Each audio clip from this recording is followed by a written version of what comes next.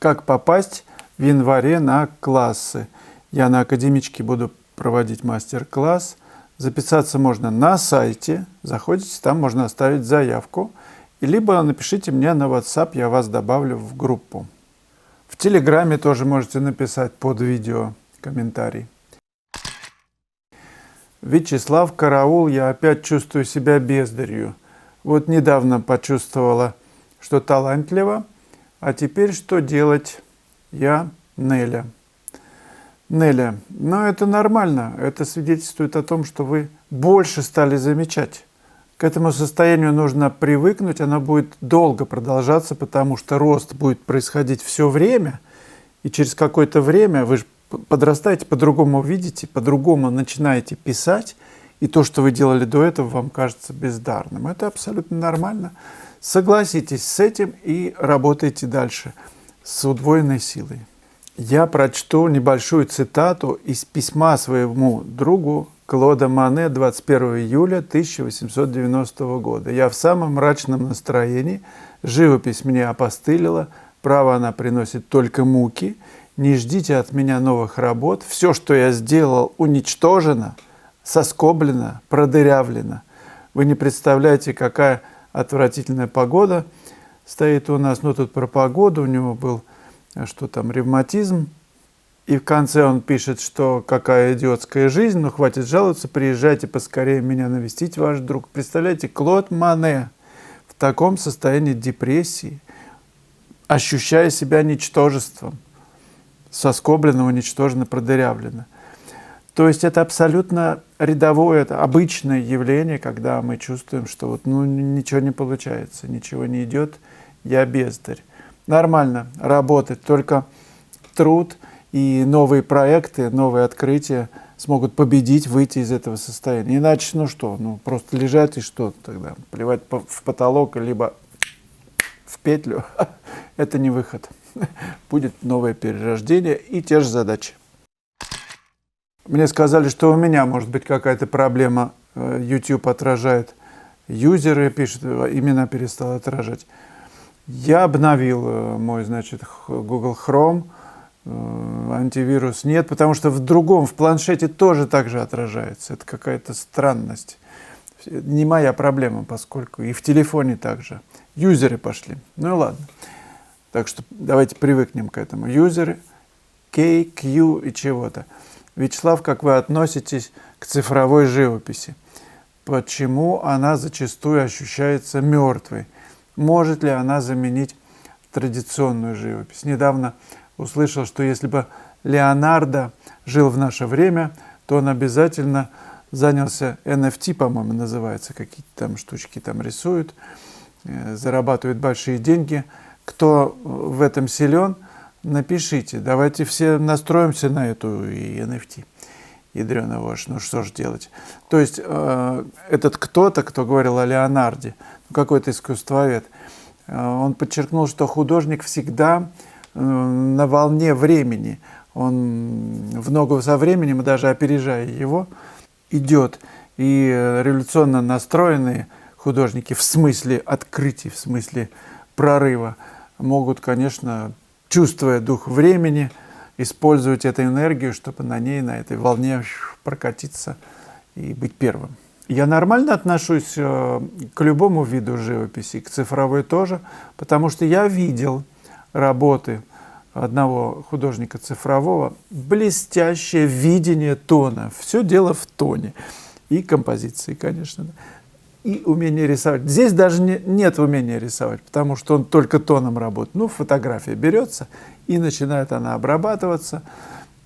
Но так, что это создается иллюзия хорошей живописи. Причем тонально все разобрано, интересные акценты сделаны. То есть я видел это, поэтому отношусь хорошо. Может ли она заменить? Не знаю, смотря какие цели. Живопись — широкое понятие. Есть художественные произведения живописные, как вещь в себе сделаны, монументальные такие, в смысле подачи, в смысле того, что это несет. То есть не для украшения дома, просто завесить стену или подобрать картину к обоям или к цвету полок и книг, а как произведение, которое несет что-то человечеству, мысль. Может ли это быть в цифровом виде? Почему нет? Все меняется, все стремительно развивается. Но главное, нужно понимать, что есть живопись для дома, для украшения, а есть для искусства. И рано или поздно художник приходит к тому пониманию, для чего он живет и вообще, что он делает, для чего он в этом мире, ему дан дар, для чего.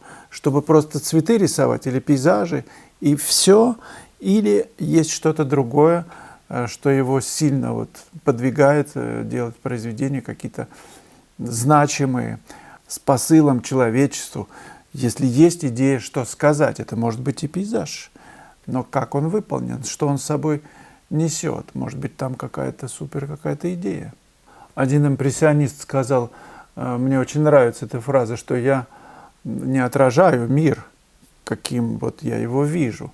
Я пишу мир таким, каким хочу его видеть. Это близко к моему пониманию, что художник, импрессионист или просто художник пишет свое ощущение, он создает новую реальность. Картина – это же новая реальность. Этого нет, это обман, это просто холст и краска.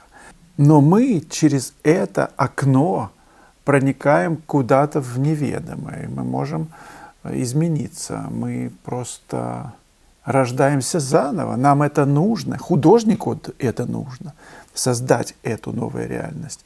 А нам нужно почерпнуть из этого вот явления что-то такое, что нас окрыляет, что нас изменяет в сторону утончения, раскрытия большей любви и так далее.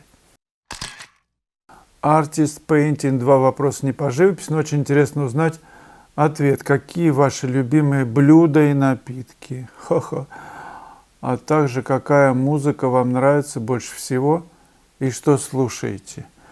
Ну, я много слушал в разное время. Разное. У меня было классическое увлечение классической музыкой, хор.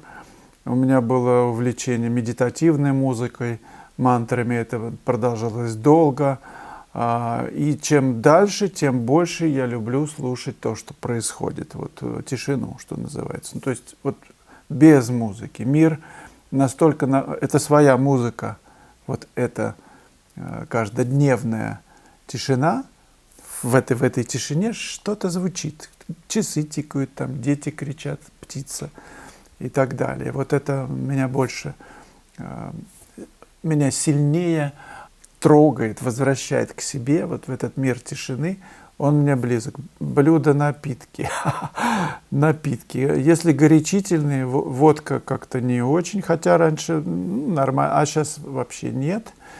Если какие-то вина, то в последнее время мой друг Паша Шумов из Ялты, мы с ним выпивали очень вкусное красное вино, оно самодельное. Я отказался сначала. Мы были в Костроме на семинаре, и нас угощал там местный меценат, 3-литровую банку принес, который организовал пленэр.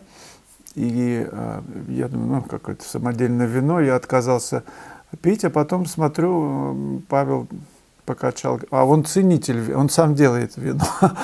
И, ну, хорошо, я попробую. Я попробовал, и Павел говорит, мы пьем, Слава, с тобой очень хорошего качества вино.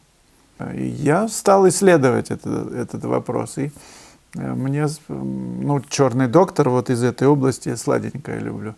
Мне понравилось «Бастардо», если вот так говорить. Говорят, что оно было лучшего качества перед тем, как Массандра не продалась. Ну, все-таки мне нравится, если вот из этих брать, да. Ну, если напитки цикорий, конечно, это даже, может быть, не все знают, но его нужно, он редко продается. Я попробовал его во Франции, будучи, и мне очень понравилось вот именно тот замес.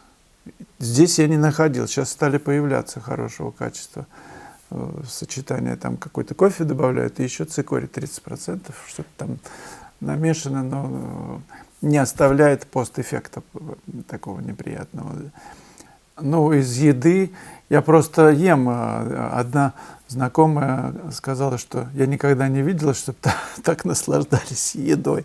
Я ем самозабвенно, закрывая глаза от того, что я испытываю очень приятные ощущения вкусовые. Ну, разные, не буду перечислять, что мне нравится.